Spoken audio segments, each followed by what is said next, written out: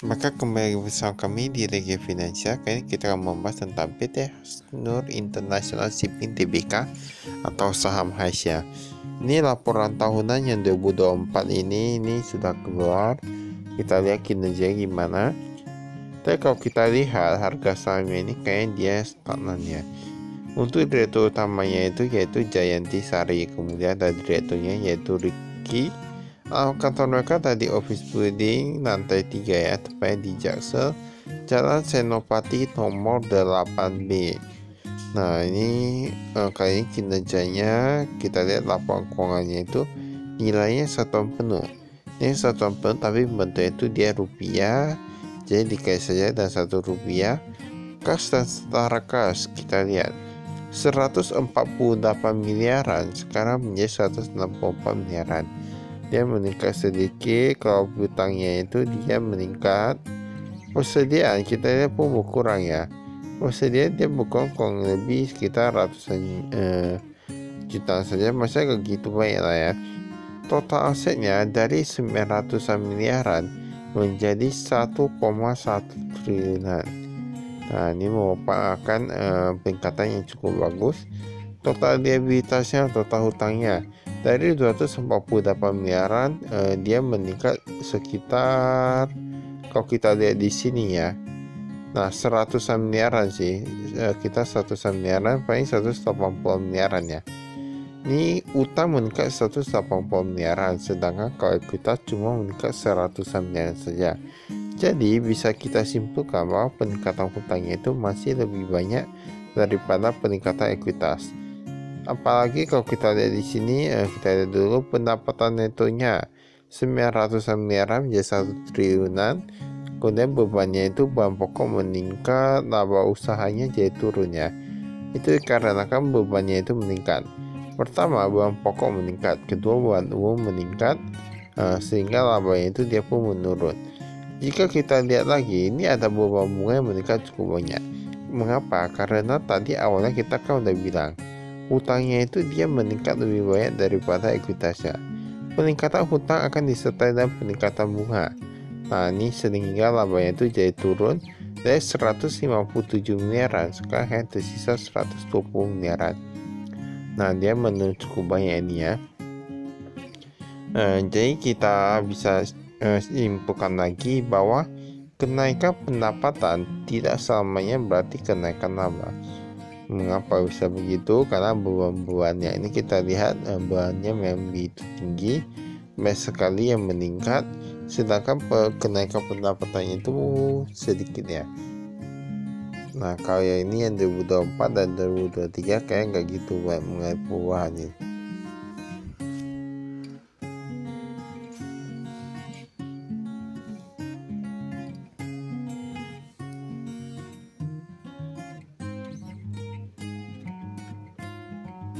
Oh ini katanya ini imbalnya ini malah meningkat ya untuk yang manajer kunci.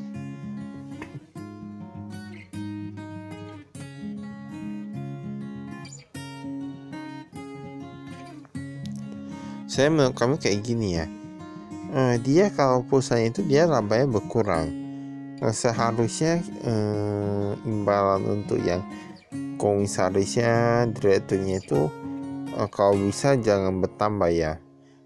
Kalau tetap itu mungkin agak masuk akal, tapi kalau masih bertambah kan kayak gimana ya, kayak nggak tahu sendiri lah ya.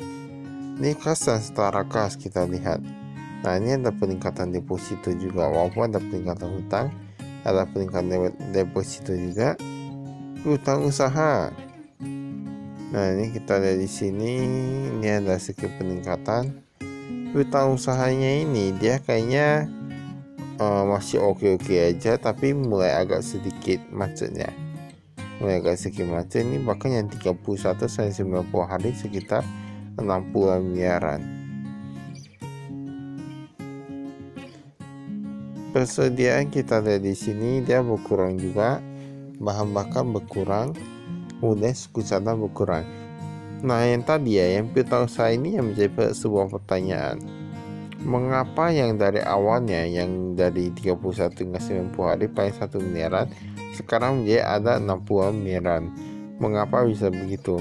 Apakah mereka minjam hutang ataukah mereka melakukan pinjaman? Itu karena mereka ada piutang yang belum tertagih. Nah, itu yang menjadi sebuah pertanyaan. Jadi kami selalu mengatakan bahwa cash flow itu begitu penting. Cash flow begitu penting, jangan sampai cash flow-nya macet, terpaksa harus utang, terpaksa harus bayar beban bunga, dan labanya jadi turun, dan semua tampak turun. Kalau sudah tampak turun, labanya turun, penjualan turun, otomatis kan maksudnya pemilik perusahaannya kan sudah jadi kurang bersemangat lagi ya. Ini pendapatan neto kita lihat. Pihak berelasi, ini ada pihak ketiga. Nah, pokoknya dia meningkat lah ya.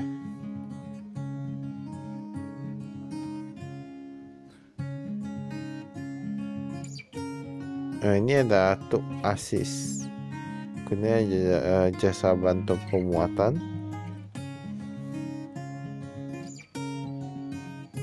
Ini bahan pokok pendapatannya.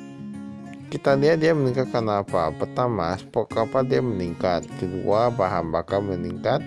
Biaya operasional meningkat. Semua rata-rata meningkat. Nah, ini ada apa nih? Kok semua rata-rata kayak meningkat semua ya? Kayak menurun cuma biaya pelabuhan aja. Kayak yang lain rata-rata bertambah. Beban usaha kita lihat di sini. Kompensasi karyawan malah berkurang dari 58 miliaran menjadi 53 miliaran. Nah, ini malah kompensasi yang berkurang.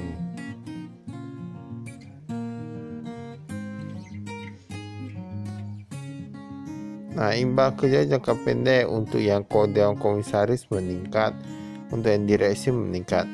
Itulah mengapa kita katakan harus menjadi kaya. Kita lihat yang tadi kepada karyawan yang kompensasinya itu dia berkurang. Sedangkan ini yang untuk imbalan kerja, untuk yang komisaris, direktur, masa direksi gitu, dia malah meningkat. Nah, ketika perusahaan sedang labanya turun, itu kita bisa lihat perusahaannya itu lebih mementingkan kepentingan karyawan biasa atau kepentingan sendiri, kepentingan top management. Nah, itu bisa lihat ya. Baiklah, itu saya dari kami. Sekian, terima kasih, saya frustasi.